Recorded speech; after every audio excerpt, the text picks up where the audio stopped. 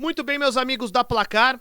O São Paulo perdeu para o Fluminense no Maracanã pelo Campeonato Brasileiro e a derrota foi justa. O São Paulo mais uma vez apresentou problemas individuais e coletivos. Tinha perdido no meio de semana para o Atlético Mineiro pela Copa do Brasil e agora voltou a perder, desta vez pelo Campeonato Brasileiro. Vamos começar pela escalação do Zubeldia.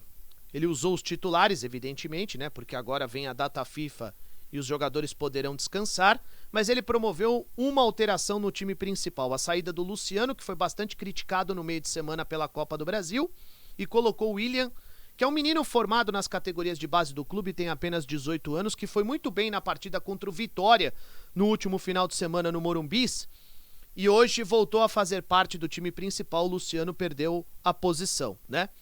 Pelo menos no jogo de hoje. Então a escalação teve Rafael, Rafinha, Arboleda, Sabino, que foi mantido no time principal. Eu acho que o Alan Franco joga mais que o Sabino, vinha muito bem, porém o Zubeldia decidiu manter o Sabino ao lado do Arboleda, com o Wellington na esquerda, Luiz Gustavo e Bobadilla os dois volantes. Hoje o Lucas centralizado numa função que ele vai muito bem, muita gente pede o Lucas centralizado, hoje ele jogou nessa função. O Wellington Rato na direita, o William pela esquerda e o Caleri como centroavante. Foi um primeiro tempo muito fraco das duas equipes, muito fraco tecnicamente. O São Paulo conseguiu uma oportunidade de gol com o William, que acertou a trave. Na verdade, o São Paulo tem uma estratégia que é trocar passes no campo de defesa, atraindo o adversário, ele foge da pressão, acelera o jogo, pega a defesa adversária desorganizada e nesse contragolpe ele consegue levar perigo, e foi assim que o Lucas conseguiu se livrar da marcação. E aí, quando ele acelerou o jogo, ele achou o William pelo lado esquerdo, que acertou a trave, a bola foi para fora. O Fluminense também não conseguiu criar grandes oportunidades de gol, mas conseguiu ser eficiente, porque ele chegou duas vezes e na segunda o São Paulo para pedindo uma falta do Thiago Santos para cima do Caleri, que não foi. O Ganso dá um passe de calcanhar para o Cauã Elias, que se livra do Sabino e marca um belo gol. Na sequência, o VAR chama a atenção do árbitro de campo, Paulo César Zanovelli da Silva.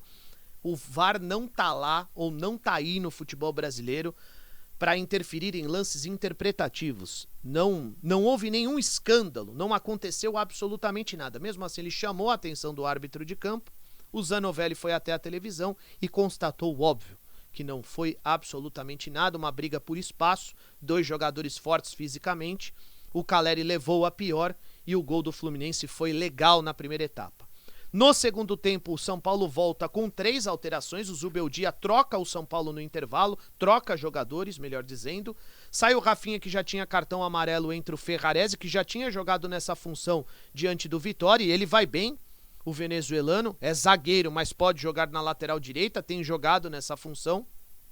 Saiu o Bobadilla, que tinha cartão amarelo e também não fez um grande jogo. O Bobadilla é um cara que ajuda demais na marcação, mas o Marcos Antônio tem mais qualidade para que a bola chegasse mais na frente. Ergue a cabeça, não conseguiu produzir muita coisa, mas a intenção foi essa. E o Rato saiu para a entrada do Luciano. Aí sim o Luciano volta à sua função atrás do Caleri. O Lucas jogou pela esquerda e o William pela direita.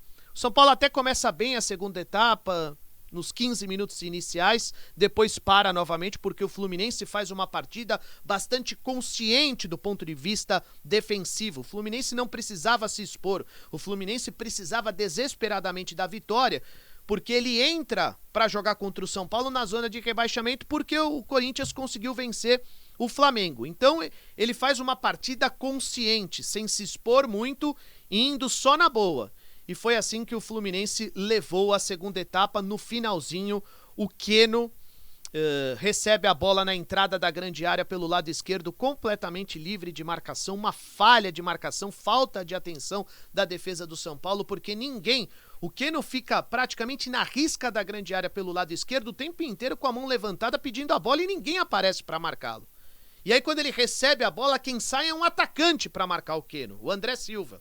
E aí ele bate cruzado, a bola bate no braço do Rafael e entra. Pra mim era uma bola defensável, mas enfim, era uma bola rápida, forte, cruzada.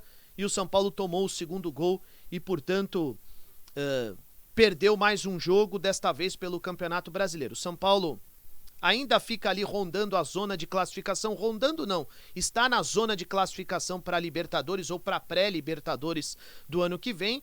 São Paulo vai priorizar as Copas, mas se não conseguir absolutamente nada, pelo menos vai tentar alguma coisa via Campeonato Brasileiro. Luciano entrou no segundo tempo, no intervalo, e mais uma vez não foi bem. Calleri também não foi bem. O William, lateral esquerdo, também não foi bem. O jogador mais lúcido do São Paulo, o mais perigoso foi o William, e o Lucas também tentou, conseguiu algumas jogadas, mas também muito pouco. Luiz Gustavo não fez um grande jogo, errando passes no meio-campo. Enfim, o São Paulo coletivamente e individualmente caiu de produção. Apresenta problemas coletivos e individuais. Vem aí a data FIFA, o Zubeldia vai poder reorganizar o São Paulo, vai precisar achar algumas soluções. O time visivelmente também está cansado, no segundo tempo cai fisicamente, então é um belo período para recuperar os atletas e preparar o São Paulo para a reta final do Campeonato Brasileiro, principalmente para o jogo da volta contra o Galo pela Copa do Brasil. O São Paulo vai ter que reverter a situação, já que perdeu o primeiro duelo em casa por 1-0, e ele vai também, sem ser o favorito, embora vá decidir em casa, contra o Botafogo pela Libertadores. O Botafogo que para mim joga o melhor futebol neste momento em 2024. Portanto, o São Paulo vai ter que melhorar bastante para passar pelo Botafogo. Enquanto isso, a diretoria vai buscando reforços. Lewis, lateral esquerdo, está sendo contratado, o irlandês, que daqui a pouquinho fica à disposição, mas imagino que não vai chegar para ser titular. O Wellington é o dono da posição pelo menos até o final do ano. E também chega o Santiago Longo, que vem do futebol argentino, que é um jogador mais marcador. É uma opção. O Luiz Gustavo tem jogado muito bem. Hoje não foi bem, mas tem jogado, é o dono da posição e é um jogador mais marcador. O São Paulo não deve fazer mais contratações para o restante da temporada. Enfim, é um momento de queda. O Zubeldia vai ter que consertar a casa para que o São Paulo seja mais competitivo para a reta final da temporada. Ainda está vivo na Copa do Brasil, mas vai precisar reverter a situação. Na Libertadores, para mim, não vai entrar como favorito contra o Botafogo, e no Campeonato Brasileiro precisa estar ali pelo menos entre os 6 primeiros colocados do Campeonato Nacional. É isso. Até a próxima. Boa semana a todos.